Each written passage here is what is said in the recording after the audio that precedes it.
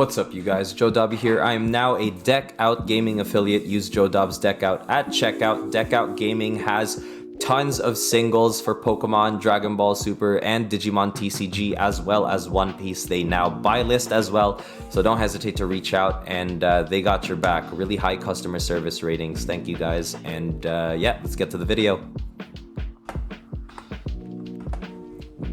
What's up, you guys? Joe Dobby here, back at it again with another video for you, and today we're going to be discussing my first ever Grand Archive deck profile. So let me know what you think in the comments below about Mordred, because I have tested Mordred quite a bit, mainly against Fire Lorraine, which seems to be the meta over here on my side of the world. And after losing so many times, I think I've figured out not only the build, but the strategy as well. Because in the last couple games of that session, I managed to win games in a row. Like, I started getting into a little bit of a streak, but unfortunately my friend and I had to part ways because we did run out of time for the testing session. But I learned a ton, and I just want to share that learning with everybody in North America, because I don't think Mordred is necessarily top tier, and I really like the card. I'm gonna be working on Xander next, guys, so that's gonna be exciting. But let's dive right into this. First things first, we start with the Spirit of Fire. On enter, draw 7 cards. That's basically every other element, but I started with a fire base because I really like the cycling. So being able to draw and discard and delete one of your units, hopefully those units have floating memory or some form of benefit to draw more cards. You really need to see pieces with Mordred throughout the entire game, whether it's early, mid, and late. Late, not so much. Late is really for your Sealed Blade and whatever attack that you have. That's pretty much your final attack. But early and mid game, you do want to see pieces very, very quickly, and I figured Fire would be the best place to start. Next, we have Lorraine. So materialize a weapon card with a memory cost of 0 from your material deck. A lot of my weapons here ultimately just allow some support for my allies, or allow me to have some sort of slight buff to my attack cards. Mainly being, just a little bit of damage here and there goes a long way throughout the course of the game. But that said, there is a card here where a lot of my early game weapons I sack deliberately in order to deal 4 damage. If you guys haven't guessed it already, it's Blazing Throw, and we'll cover that in a bit. But Lorraine allows you to materialize 2 things over 1, which was why I think Lorraine is so top tier here in this meta, especially when you go to level 3 Lorraine, but we're talking about Mordred. Next, Mordred, the Flawless Blade. So you stop here. It's a lineage break champion where once you get into Mordred, there's no level 3 Mordred, so you have to take full advantage of this guy's effect. So attack cards in your graveyard have floating memory. So on face value, that seems incredibly powerful, and you are not wrong. That is very, very powerful and a very strong effect indeed.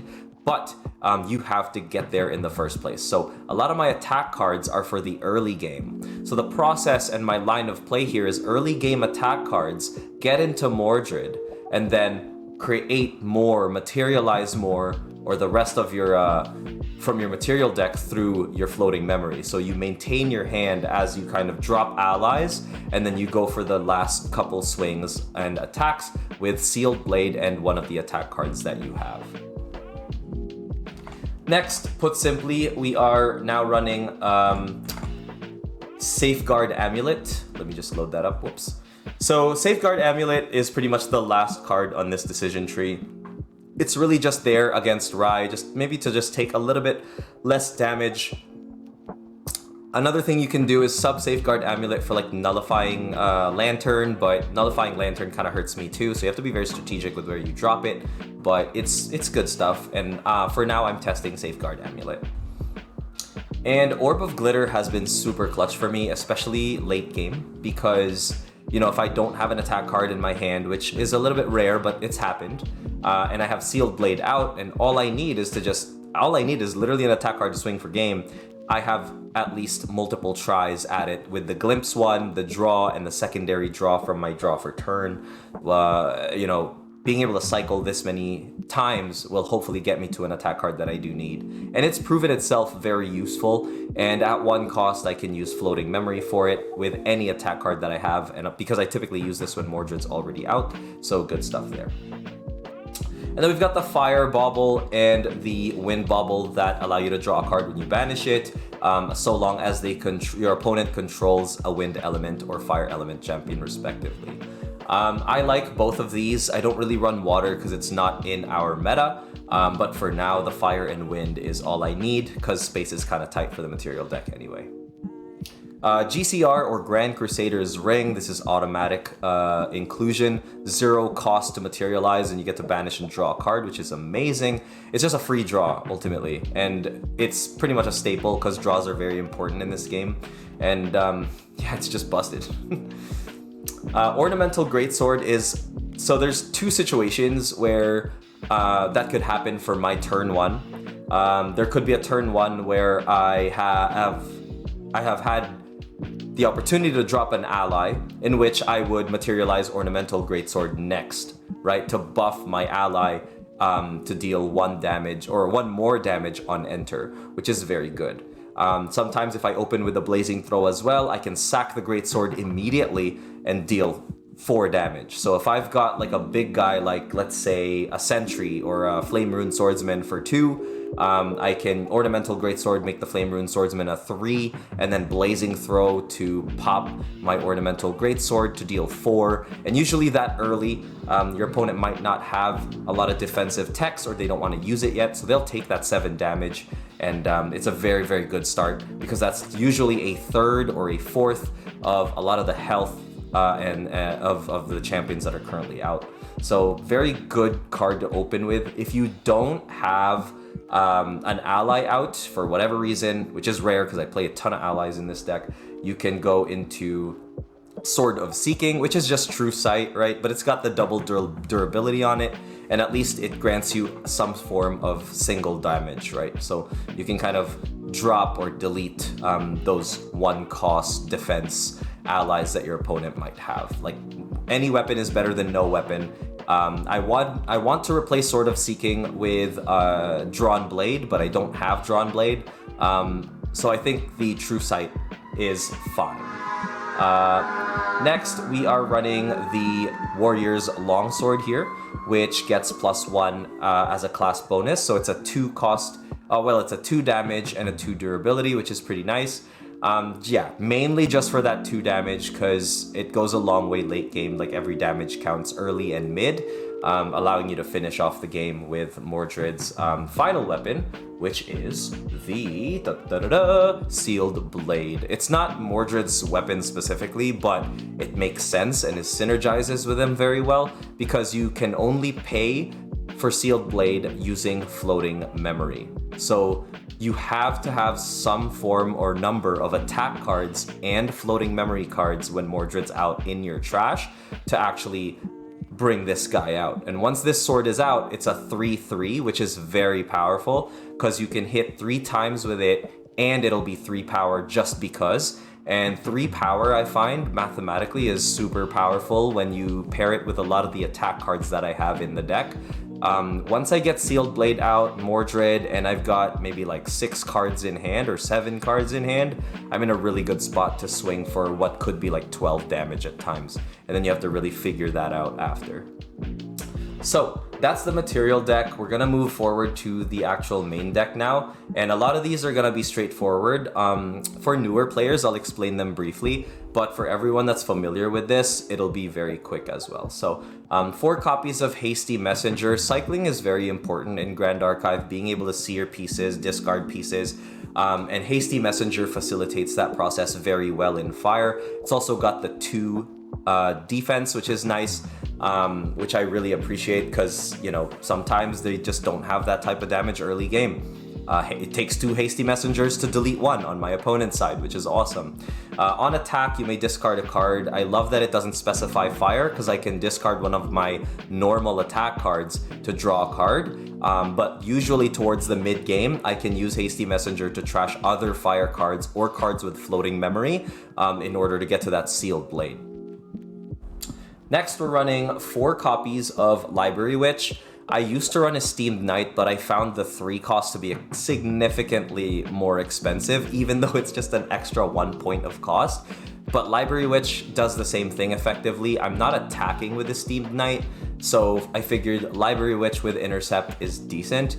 In addition, its on death is also just draw a card. So I almost automatically want to intercept damage of anything over 2. I'll pretty much intercept early game to just get more draws. And as long as I'm wise with what I'm doing with my hand and my resources, that Library Witch has that value for me. Next, it's 4 copies of Flame Rune Swordsman. This arguably is the main reason why I'm fire base Mordred, because there's wind allies are very, very powerful as well, but having access to this guy is super powerful. 3 cost floating memory with a 2/2, so I can trash this guy if I don't need him, but more often than not, I throw him on the field, especially if it's really, really early. And there's reasons why that you'll see later, but the 2 main reasons is because I'm a 2/2. So I'm dealing 2 damage very early on. In addition to that, floating memory, your opponent will likely avoid deleting this guy. You're attacking into this guy as best as they can to prevent you from using floating memory.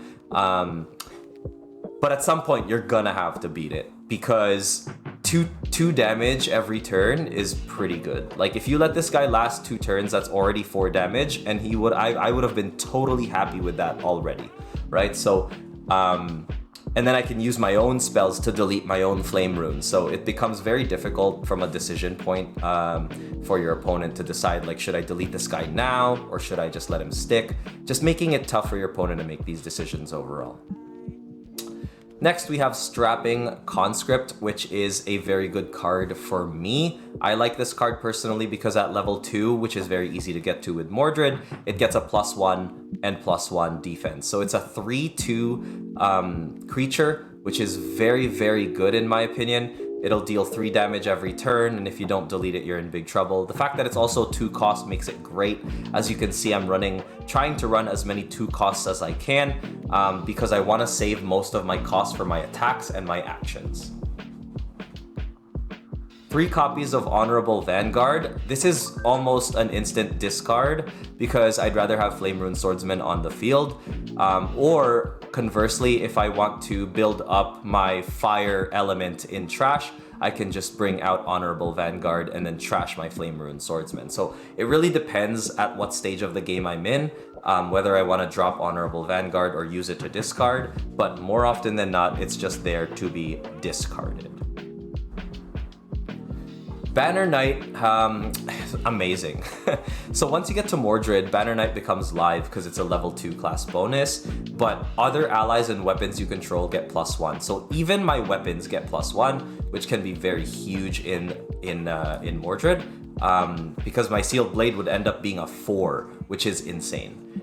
It's also a 2 cost, which makes it incredibly cheap and is difficult to remove at 3 durability. So I like Banner Knight a lot, and when it was first introduced to me in a wind deck, I was so surprised at how strong it made, like, allies of only 1 power get to 2, get to 3, and it stacks up very quickly. Banner Knight also helps other Banner Knights out. Not itself, but other Banner Knights. So multiple Banner Knights just make things very, very difficult to deal with. Next, we've got Cemetery Sentry. This is a good opening play as well because I can trash a Fire Element card and draw. So very early instant cycle. In addition to that, it's a 2/2, so it's very nice. So if I have Cemetery Sentry, sometimes I'll player turn 1, get rid of a Flame Rune Swordsman, and then draw. That is ideal for me as far as a turn 1 play. Or I can use one of the other Fire Element floating memory that I have, which I do. In order to get that out. And then Cemetery Sentry pretty much can last like a turn or 2. And then she would have done her, I would have gotten the most out of that value at that point. And 2 copies of Arthur. This is also a very good card to drop turn 1 for me. Because I can start dropping more allies in turn 2, turn 3, and then Arthur swinging first all the time will make my other allies that I drop thereafter +1 power. So Flame Rune Swordsman becomes a 3 and is now significantly more threatening, so they're likely to try to get rid of Arthur and Flame Rune before I pretty much run them over with all my ally spam. And last but not least, for the allies, we've got Dungeon Guide, basically just to get to Mordred really quickly. That said, it's very good because sometimes I will like materialize a GCR or any card that I can use to draw, and then I play the Dungeon Guide, and all of a sudden I have Mordred as well. So sometimes that gets very that's a very big like momentum shift play. I would like 2 Dungeon Guides, but I only pulled the 1, and yeah, that's pretty much it.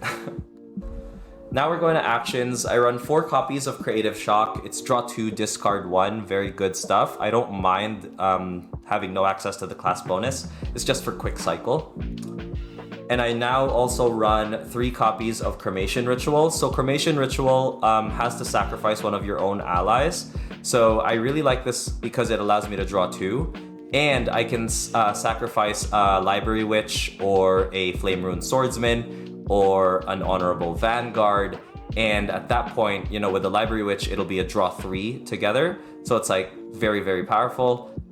For Flame Rune and Honorable Vanguard, once they've attacked, I can use Cremation Ritual to destroy them, and then they are now live floating memory in my trash, which is very nice.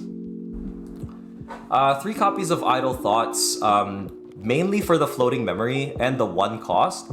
But at the same time, it's very good to combo out with Creative Shocks and Cremation Rituals and Hasty Messenger even, because then I can like look at my cards, organize them, and then draw into the cards that I need, which is why I like that. 3 copies of Tempered Steel. It's mainly there because of floating memory and 1 cost. I do like sometimes to put durability counters on important weapons or mid-range weapons like the longsword that we had. But once it's in the trash, whether it's Fire Element or Floating Memory, those are both very important keywords in the deck and mechanics in the deck, which is why I run it at 3. Otherwise, I'd probably go 4 Idle Thoughts and then 2 Tempered Steel, but I personally, these ratios are fine. 3 copies of Deflecting Edge. As long as I have a sword weapon, it's a 0 cost to just block 3 attack damage, which is very good into the current meta, which is like just full of Lorraines.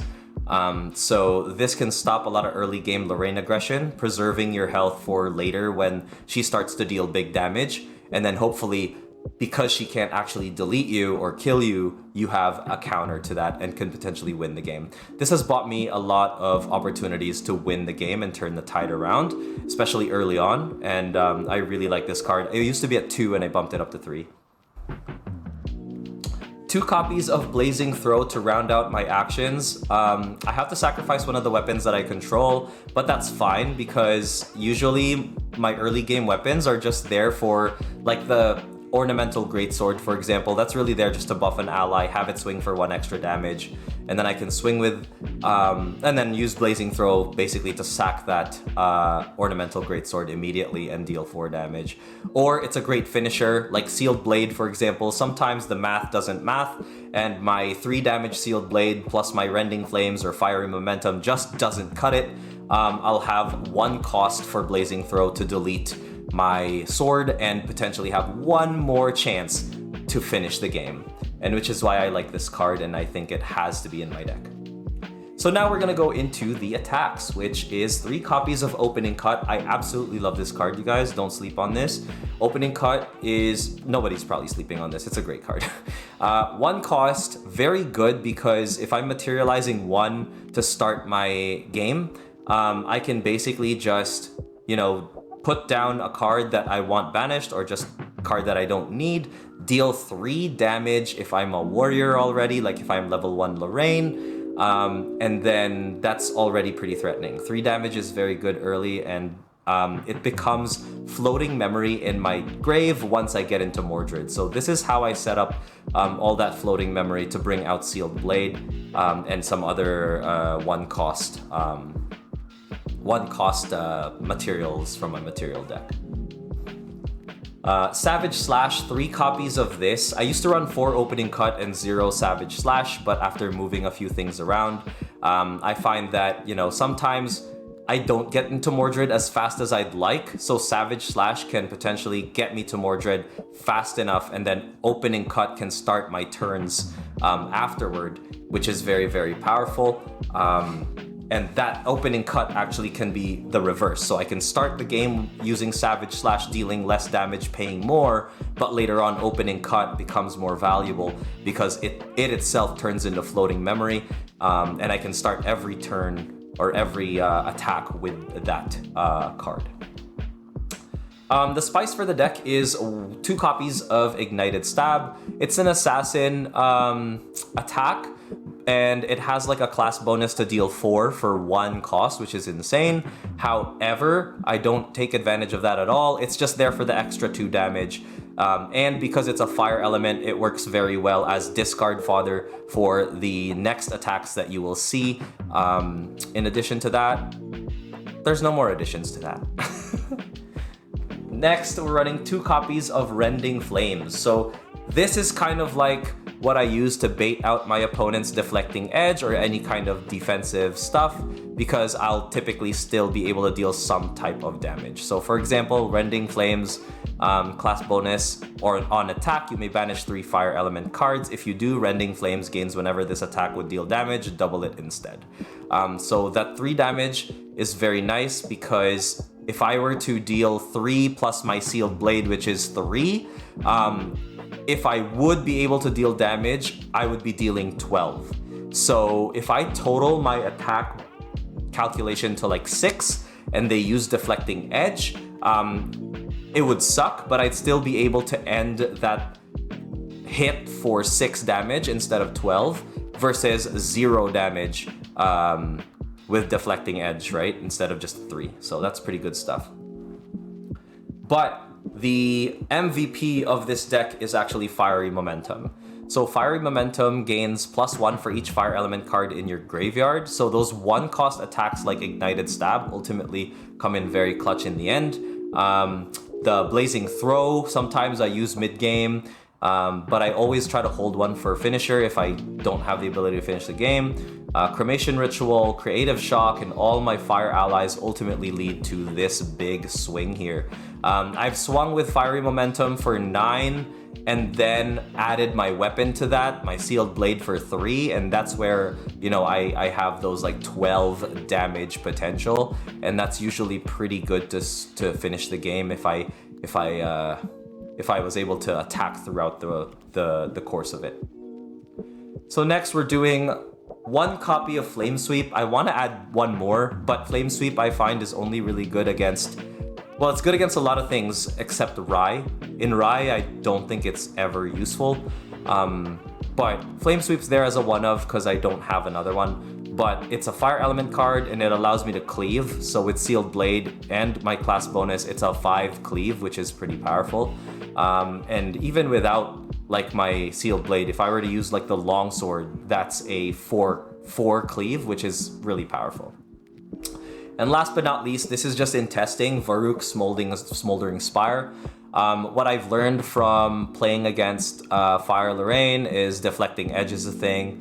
Against Rye, there's ways to prevent damage. So what I like about Varrook is if I'm going for game and I do have enough memory to keep this card out, I will refuse to materialize and then just go for game with Rending Flames, Fiery Momentum, Blazing Throw, do what I can.